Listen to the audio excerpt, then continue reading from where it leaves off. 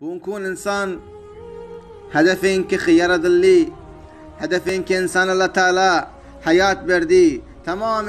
نعمة لرؤون اختيار النغويدي هدف نامدي هدف شدك زندگي آخرة بجرثن هدف كالله بني بلثن ولي بونكون غريان مسلمان غربي لرغورا بولبتو مسلمان در کنارين که غريان ايش الدنيا بولملي خوراك و پوشاك و مسكن گرق حلال جقرز گرق ولي شننگ چن الله تعالى عابد بولملي شننگ چن فرمان بردار بولملي كاسب آدم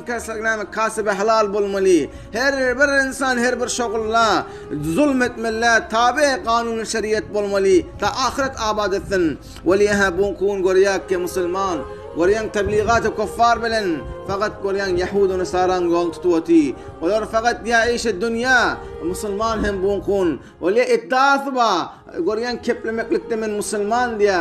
مسلمان ديا ولي عمل وريان مادرا مسلمان سلن اتيانيشن ادب بالميا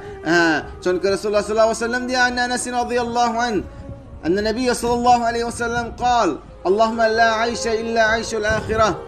رواه البخاري والمسلم انس رضي الله عنه روايته يا رسول الله صلى الله عليه وسلم يا اي بار خدايا زندگی دنیا مای شادمانی و خوشحالی ده زندگی فقط زندگی آخرت ده بداك انسان دنیا ده هم لا تنلشكثن فقط بادرا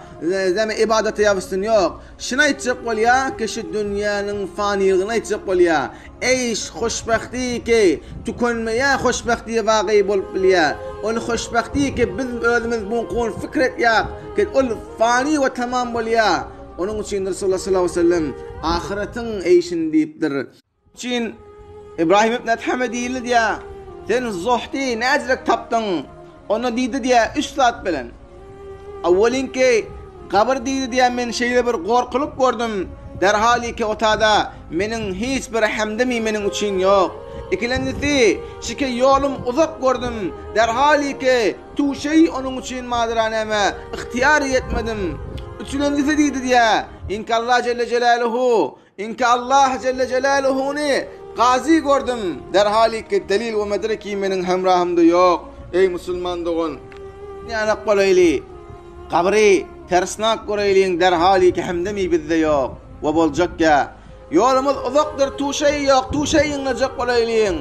Allah Teala bizim gazidir. وتعالى وادرا هيش بر دليل مدركي يوق كبذ جناهم الظادمذ كتمان ديلي اليوم نختم على أفواههم وتكلمنا أيديهم وتشهد أرجلهم بما كانوا يكسبون